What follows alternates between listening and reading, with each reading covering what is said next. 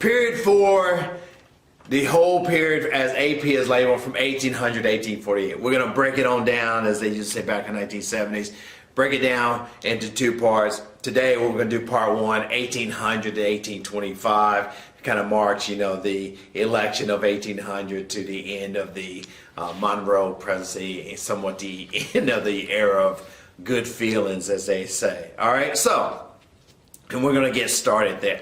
What you should know, all right, and these are the main 3 themes for the whole kind of, early 19th century American history. Man, this is just, I love history. It's just so amazing. Even world history this time, man, amazing, man. It was like 12 years ago, Kanye West, right? 2000, man, I'm getting old. But anyway, that world history and U.S. history that's going on here at this time in the Napoleonic era, but I know you said get to the point, stay on the script, Mr. Price, please. The main 3 themes: growing nationalism, and as a contradiction to this that's going on in parallel is growing sectionalism, as you see with the slave states versus the northern states, and somewhat the Midwest kind of being fought over by political and kind of economic control by the northern states and the southern states. And the last thing is growing economy. So growing economy, growing sectionalism, growing nationalism. 3 major things. Keep that in your head. Keep that in your head, please, like I say, before you get the devil in details. First of the All-Star elections. The Revolution of 1800, all that jazz. Jefferson versus Adams, peaceful transition from the, Federalist Party to the Republican Party, and what the Republican Party is at this time. And we don't need all the, gee, I hate Lamb or the Jefferson presidency. We just get the major hits for the online exam. The ones that I expect that you should know, and say almost a given. It's a layup. It's a reverse jam behind the back there like that. So that you do know for sure. And that is, the Marbury versus Madison case. And that's with the midnight judges. And I'm not going to really go over the Supreme Court cases like a Fletcher versus Peck or anything of that nature, or McCulloch versus Maryland, Gibbons versus, but you should know John Marshall and the Marshall Court. You should know all my deal breaker Supreme Court cases, the Scott versus Sanford, Plessy, Brown versus Board of Education, Korematsu versus the United States. So I'm just not going to, because I'm saying I assume that you know those since the first grade almost, and some details in there. So I'm not going to. But you should know John Marshall because he keeps the national government growing, developing, expanding. He is a loose interpreter of the Constitution. Yes, you can have that bank.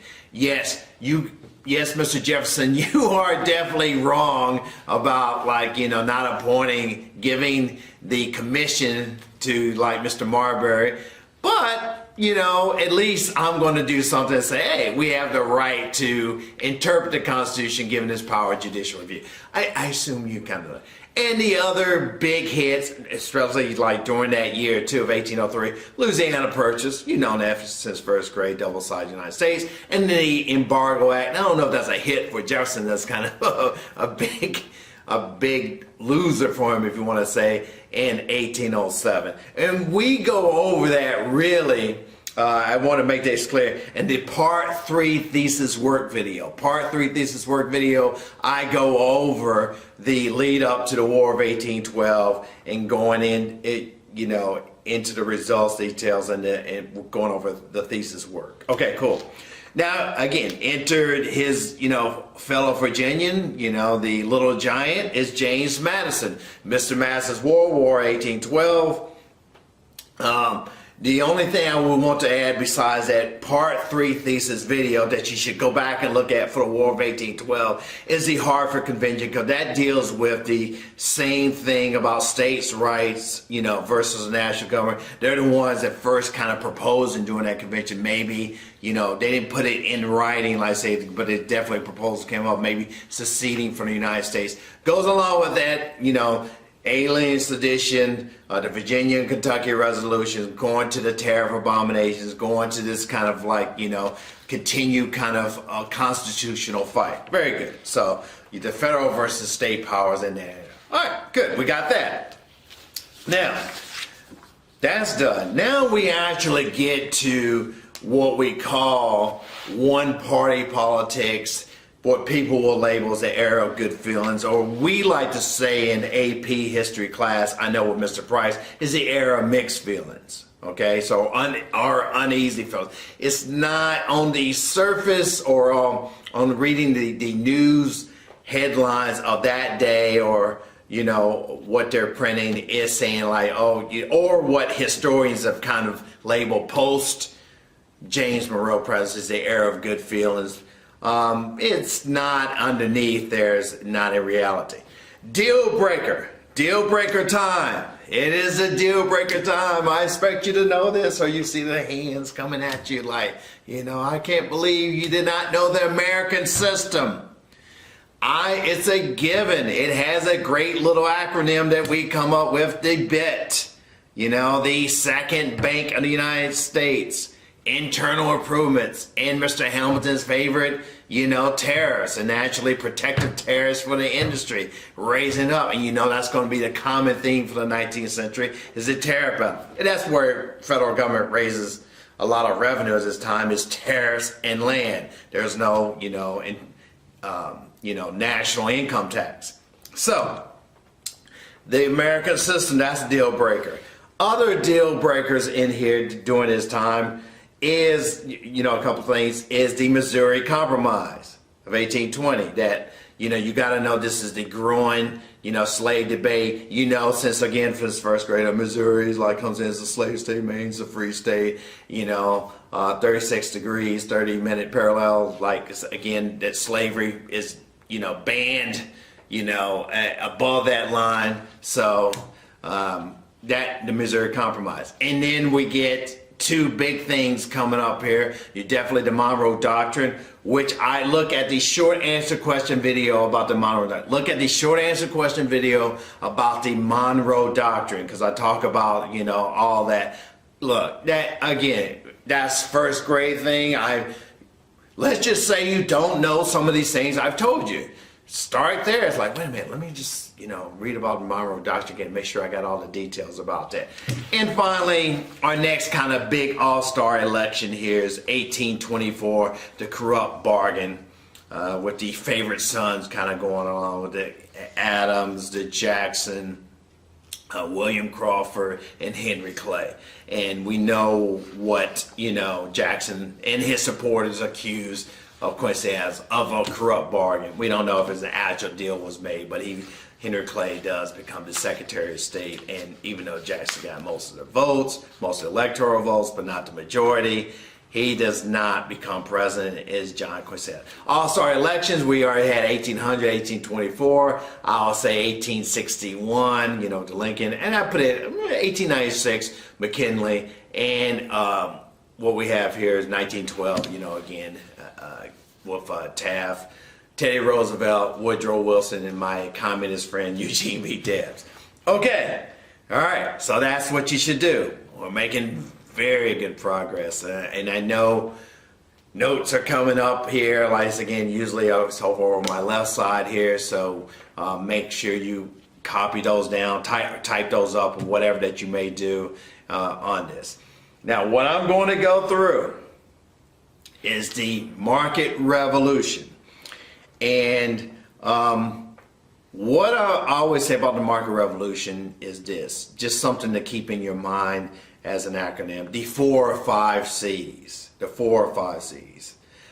Canals, cotton, communication, customers, because that's what the market is all about. And maybe a fifth C here is that what's driving is like coal and steam energy here. So that's on there. So that is the 4 or 5 C's to remember the major part. So on unit 4, progress check, the free response question part B. And I'll put the prompt up here. Evaluate the extent to which new technologies caused a market revolution in the period from 1800 to 1848. Now, I'm going to put this thesis up here so as an answer, and you can put this in kind of your response when you type it up for your assignment that's due next Wednesday. Or, better yet, you can play with my thesis, sharpen it up, or you can go at another angle. I always like to do the counter. While new technologies contributed to a market revolution in the United States in the period from 1800 to 1848, see, that's okay to use part of it like that, you know. The primary causes were transportation and infrastructure movement. So I didn't, you know, so we're moving away in my argument in here from concentrated specifically on the technologies. If I was going to do a full essay, you don't have to do a full essay. The increasing number of Americans who work for wages, that's something that we kind of forget about, the kind of wage labor market now, and participated in the early capitalist economy, the growing capitalist economy, kind of like the small baby gilded age going on here, but it's mostly concentrated about customers and you know, people finally getting wages, working for a certain time, setting the stage for our big grown-up gilded age in the late 19th century. And the expansion of the country through actions and ideals. From the Louisiana Purchase, Manifest Destiny, and if you go to 1848, the Mexican-American War, the Mexican Cession. Context, the rise of industrialization and the growing cash crop economy, not only in the United States, but around the world. And you know, cotton is king in the South during this time. The growing nationalism that happens after the War of 1812, and almost a growing intertrade or the internation trade that's coming on here in the United States, are growing, you know, independence amongst ourselves. We're trading with other nations. We're always going to keep increasing that interdependence, but we're also becoming a little bit more you know, producing our own goods here. And that it was a, you know, again, a side offshoot, unintended consequence of the Embargo Act, and definitely a result out of the War of 1812, and definitely just the growing technologies and that's, you know, affecting the economy and ideas and developments in here and the growing infrastructure and the overall economy. Very good. And we're examining our boundaries, we want to expand our democratic ideals, Jacksonian democracy, and manifest destiny. And then in your answer, put out some, and I'll have this up here. You want to talk about the division of labor, the, you know, putting out system, factory system. You know, you could put some, I guess for your answer for this one, you would not put so much the technologies like the steel plow, like the like all the don't fear it, the reapers like that, you know, the mechanical reapers there, Cyrus McCormick, or maybe even the telegraph. And again, market revolution, I know AP and other historians like to say, you know, oh, what about the trains? Look, trains are developing. I'd like to keep trains always in the real grown-up Gilded Age, the 1850s, like that in here. Yes, they're getting started, but it's all about the canals. And I wouldn't say it's the American system, growing infrastructure. That would be more of your kind of you know, evidence during this time. Analysis that you see that what you're seeing here is that with the Erie Canal starting in 1817, completed in 1825, you have a connection now from the east to the Midwest and really down to the south in a way on the Mississippi.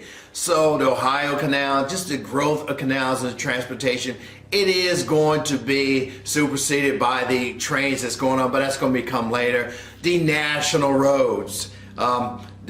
Now, again, even though the national government that's one of the things they're not going to be like funding the American system. State governments are going to be taking over that funding because it's to build up this growing infrastructure. You see that analysis. That should be part of your answer in there. So all these kind of innovations in the transportation infrastructure market, connecting to that sea of customers, the other sea there, once again, that's why a lot of times it's called a market revolution. How New York City just grows because they're connected to Western New York, they're connected to the Midwest. They can sell their goods at this time. So, that's what you'll be talking about. And just maybe you want to talk about Samuel Slater, the trader, the factory system. Girls are going to be hired, these little, young single girls in the, a Lowell factory system to work in these factories. Low wages, but our wages at this time. So you begin to see the formations of a kind of what a factory system almost really looks like in a factory workforce. Is growing wage labor, or free labor as the North would like to claim, up around like in that area that's happening around the market revolution. So you will say, and you can talk about, if you wanted to, the analysis about development of cotton, the cotton is king, and their the use of interchangeable parts. And this time it just makes the factory system. So, and again, just the ideas about, and I cannot say enough about steam power at this time. Not only driving the factory system, driving a lot of the production and the output, but even, in the communication systems, newspapers, having these like steam press, like powered press, putting out these like broadside sheets and somewhat we call early like newsprint and papers that in here in communication. And that is really, again, just, driving people. You can get out your advertisements, early advertisements of what's on the market to these general stores out to the Midwest at this time. And the South is not only supplying cotton to the world, it's supplying cotton to the northern and Midwestern factories that's developing here so they can produce goods as well. So that's what you would do, and I'll have this on here. I also want to, just thinking about, go back to the land, because I put that in my thesis. So, just always you want to prove about that. You could go from a Louisiana Purchase, the kind of the Rush-Bagot Treaty, the Adams-Onis Treaty, Webster Ashburn. But the two big ones are the Louisiana Purchase and the Mexican Cession. You think about the $15 million for each one here, and it really kind of completes the United States. And the Manifest Destiny ideas being developed in the 1840s here about that we should, go from the Atlantic to Pacific. That's what the United States should reach. And that is definitely increasing this kind of, new customer base, new kind of enrichment base here with land. Man, that's good. I mean, oh man, it's like getting more efficient here. As long as I stay on top of it, I start talking about other things I was, like I usually do in class. So this will be annotated, and hopefully you go through this. I hope to see a few of you tomorrow or hear from you tomorrow. I definitely will give you, quick as I see the updates, I'm going to disseminate that and kind of diffuse that and spread that amongst the STEM masses and the 11th graders about what the details and what to expect for, so you'll have more of a target, and we'll have more of a target about what we should be practicing on here for the APUSH online test.